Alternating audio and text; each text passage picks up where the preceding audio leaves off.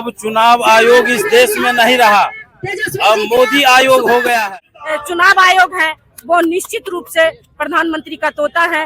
नमस्कार, स्वागत है आप सभी का बदलता हिंदुस्तान पर। मैं मौजूद हूं मधुबनी समाहर लाने के पास। आपको बताते चले, बिहार विधानसभा चुनाव के परिणाम के बाद महागठबंधन के नेताओं के द्वारा आज मधुबनी समाहर नाले के ठीक सामने वोट चोरी एवं 10 हज़ारिया नोट से बनी नीतीश भाजपा सरकार और चुनाव आयोग के खिलाफ 1 दिवसीय महाधरना कार्यक्रम चल रहा है। समाहर नाले के ठीक सामने मधुबनी जिला के तमाम जो कांग्रेस के या फिर गठबंधन दलों के जो भी नेता हैं, कांग्रेस है, सीपीआई है, राजद है, सभी नेता सीपीआई-एमएल है, सभी लोग यहाँ पर मौजूद हैं और सभी लोग एक साथ वोट चोर गद्दी छोड़ का नारा दे रहे हैं। और जो विधानसभा चुनाव के परिणाम आए हैं, कहीं ना कहीं गठबंधन दल के नेता विधानसभा चुनाव के परिणाम को इलेक्शन कमीशन के द्वारा वोट चोरी का आरोप लगा रहे हैं और कहीं ना कहीं इस पर निष्पक्ष जांच की मांग भी कर रहे हैं। कुछ नेतागण हैं यहाँ पर जिनसे हम बात करेंगे और ज्यादा जानकारी लेंगे। क्या कुछ कहेंगे, किन मांगों को लेकर आज विशाल धरना प्रदर्शन किया जा रहा है मधुबनी में? इस बार के चुनाव में अब चुनाव आयोग इस देश में नहीं रहा, अब मोदी आयोग हो गया है और मोदी आयोग ने विपक्ष का सारा वोट चोरी करने का काम किया। वह ईवीएम में पहले से वोट सेटिंग करके रखा हुआ था। जितना वो वोट सेटिंग किया उतना ही वोट से हमारे उम्मीदवार हारे हैं। और इंडिया गठबंधन का जो सरकार बना है वो फर्जी सरकार है। आज हम लोग मधुबनी में धरना दे रहे हैं। इस धरना के माध्यम से पूरे बिहार में यह संदेश जाएगा और पूरे बिहार में आंदोलन होगा। हम इस चुनाव को खारिज करने के लिए सड़क से सदन तक जाएंगे, न्यायालय में जाएंगे और समय से पहले चुनाव कराएंगे, इंडिया गठबंधन की सरकार बनाएंगे। क्या लगता है इलेक्शन कमीशन आप लोगों के इस बात को ज्यादा सीरियस लेगा? इलेक्शन कमीशन तो मोदी आयोग है। हम न्यायपालिका में भरोसा रखते हैं, न्यायपालिका मुझे न्याय देगा। मैम, क्या नाम हुआ आपका? मेरा नाम राजश्री किरण है और मैं बिहार महिला समाज के जनरल सेक्रेटरी हूँ। ये क्या कुछ मांगों को लेकर आप लोग धरना प्रदर्शन दे रही हैं? आज हम लोग धरना प्रदर्शन इसलिए दे रहे हैं, जो अभी जो विधानसभा का चुनाव 11 नवंबर को हुआ, उसमें बड़ी पैमाने पर वोट का चोरी किया गया।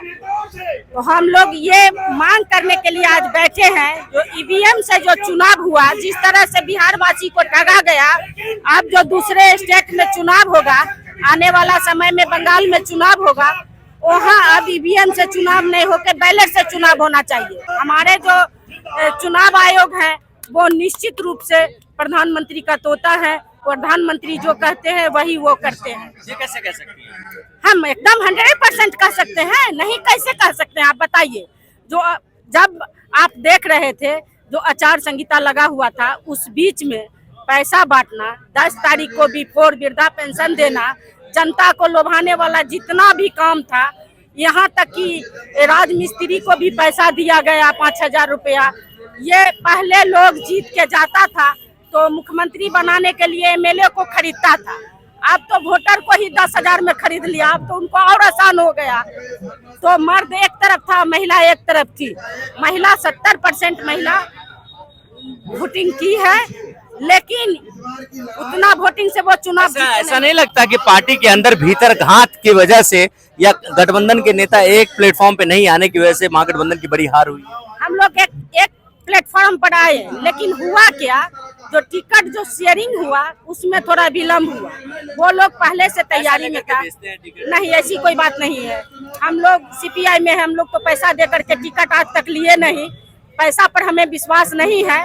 लेकिन अभी जो खेला हुआ है ये वोट खरीदने का, इससे हम लोग समझे हैं जो वोट बेचा जाता है।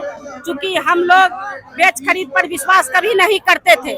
हमारे यहाँ से भोगेंद्र झा कुछ करेंगे आगे? हम लोग आंदोलन करेंगे, उग्र आंदोलन करेंगे। छात्र, नौजवान, महिला सड़क पर उतरेंगे। ये कतार में बांट करके सभी को रखे हैं। जैसे हम लोग अंग्रेज को भगाने का काम किया, उसी तरह इन दोनों को भगाने का काम करेंगे, मुख्यमंत्री और प्रधानमंत्री। देख रहे हैं कि बिहार सरकार और केंद्र सरकार द्वारा जो किया गया है इस चुनाव में, कि आचार संहिता का नियम सबको पालन करना होता है, चाहे सरकार का योजना चल रहा हो उनका भी करना होता है। लेकिन उस समय इन लोगों ने नंगा नाच किया, 10,000 रुपया प्रत्येक महिला के दिया गया तो सबसे पहला तो ये चोर है। दूसरा, कि कहीं भी किसी गांव में आप चले जाइए, कोई नहीं कहता कि मैं इनको वोट दिया तो सरकार कैसे हो गया, विधायक कैसे बन गया।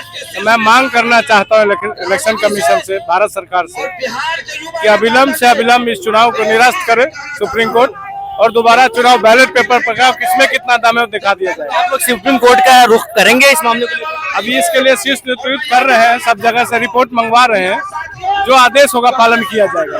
विपक्षों एनडीए नेताओं का कहना है कि आप लोग हारने के बाद इसी तरीके से नौटंकी करने लगते हैं। नहीं, देखिए, तो 10,000 रुपये क्यों दिया? जब आचार संहिता लग गया था तो आप कहते ना कि अब ऐसे चुनाव लड़े। मैं तो कहना चाह रहा हूँ कि दोबारा चुनाव करके देख ले, दूध का दूध और पानी का पानी।